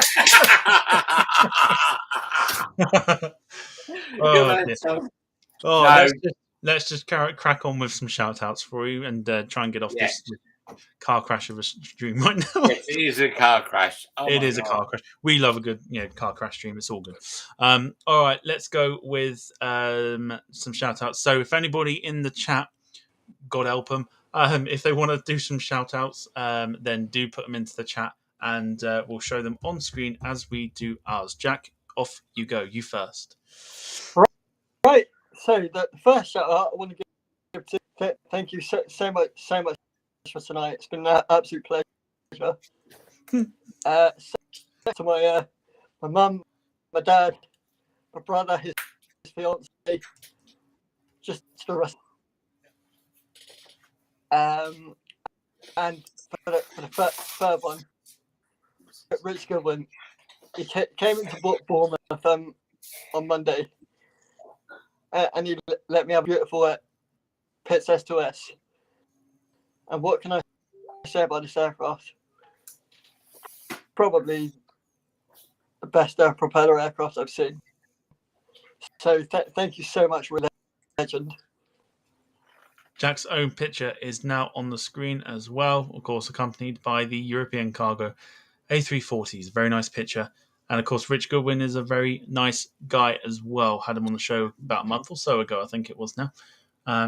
Very informative, very, very nice to chat to as well. So, it's a big shout out to him. Nice picture as well, Jack. Good catch. Thank you very much. All right, Ken. All right. Go on then, over to you. Language. I said, Oh, God. no, I said F. I didn't say anything. Right. Big shout out to Jack because Hey. he's had loads and loads of grief with his thing. Great photographer as well, mate. Love you. Big shout out to Tom. I'm glad you remembered my name.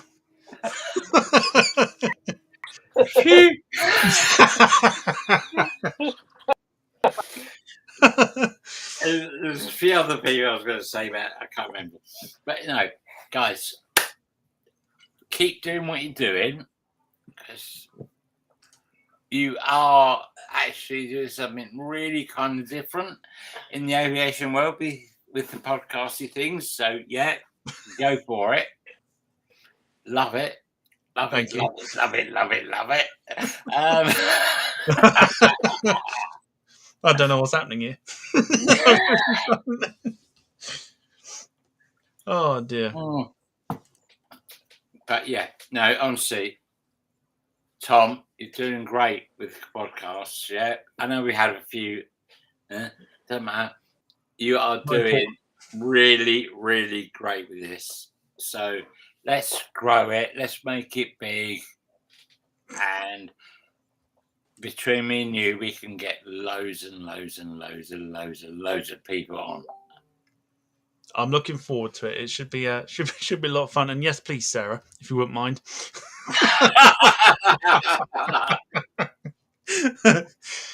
No, she won't. It's all fun and games. It's all fun and games. Right.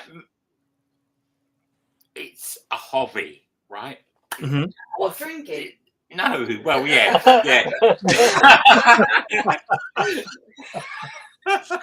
Oh, fantastic. Drinking is a hobby. However, so is being an av geek and blah, blah, blah, blah, blah, right?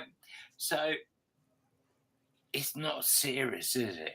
We just got to enjoy our lives. Gotta have a bit of fun with it. Gotta have a bit of fun with it. So, also, can you tell me next week what we're doing? Because Ansett, you don't know. Yeah, no, you don't know. Yeah, you don't know. No, I know. No, obviously I don't know. No. Shall I tell you tomorrow when you actually remember? Yeah, that's good. That's good. Sarah said, "Yeah, that's good." Yeah. But it would help. Oh I dear. can do some research. Oh dearie me. Ansett Language.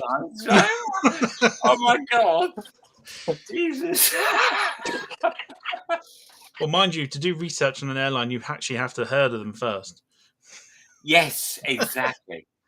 because not many people know. I spoke to Ken before we went live. I said, "Oh, we're doing a show on Ansett Australia." And he turned around and went, "Ooh." Yeah.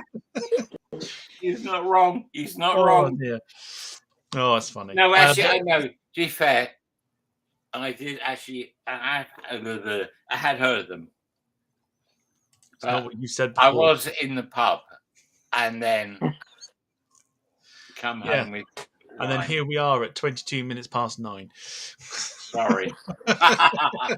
No, it's fine. Guys, Michael Painter. Departure Lounge. Yeah. Follow, because you've got no idea what you're going to get. No, you don't. You really don't. I didn't even know we were getting this. Michael Painter says, in today's age, it's nice to see someone enjoying themselves. I suppose there's the flip side. So, so flip side to the chaos is at least we're enjoying it. That's not chaos. Are you enjoying yourself? That's it. Yeah, absolutely. Enjoy yourself. Got to. Come on. Got to.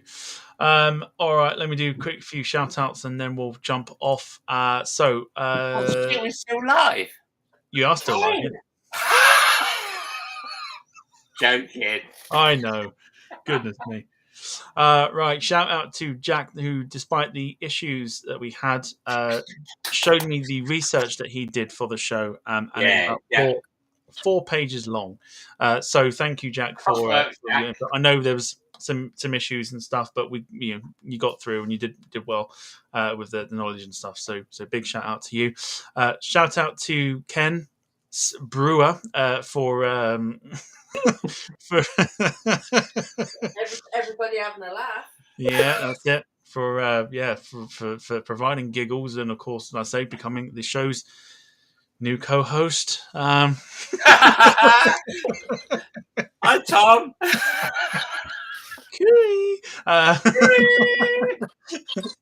So no, shout out for Ken for joining us and just chipping in, and even if it is using the internet, at least it's chipping in. It's fine. We'll give him plenty of heads up next time. Maybe about a month's worth. Shout out to the mods in the chat. Of course, we had tonight we had Ian and, of course, newbie on the block, Serena.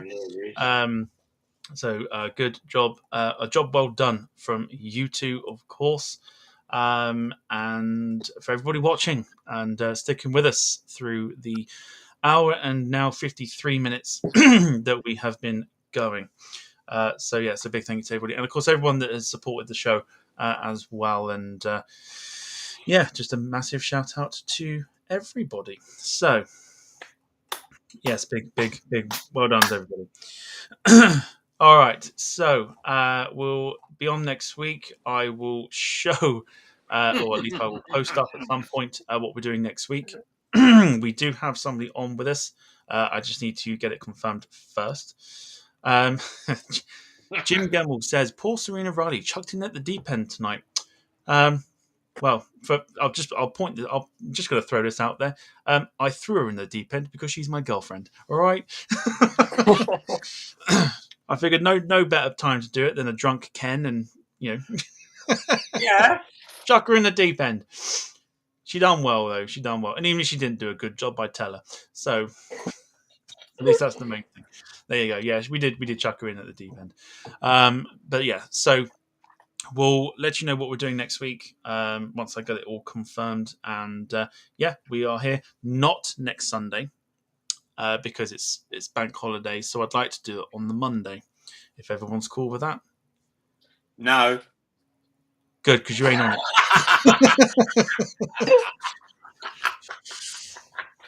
No, we're doing it next Monday instead because I will be away next Sunday. I will not be near a computer. So 29th of August, so 8 days' time, we'll be back with episode 76 and some more car crash chaos.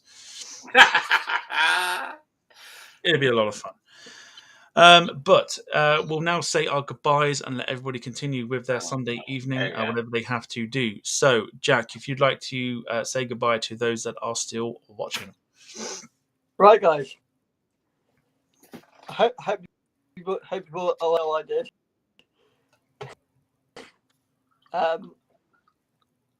Right. goodbye. Stay sexy, and don't do anything stupid. Goodbye. Oh, fantastic! It's like a watered down version of what Steve would say. Fantastic. All right, Ken, over to you. And I will say I want to get off this by at least 11 o'clock tonight. So if you'd like to say goodbye to those still watching. We've got an hour and a half, so it's all good. So yeah, please don't. I actually want to go to bed as well. So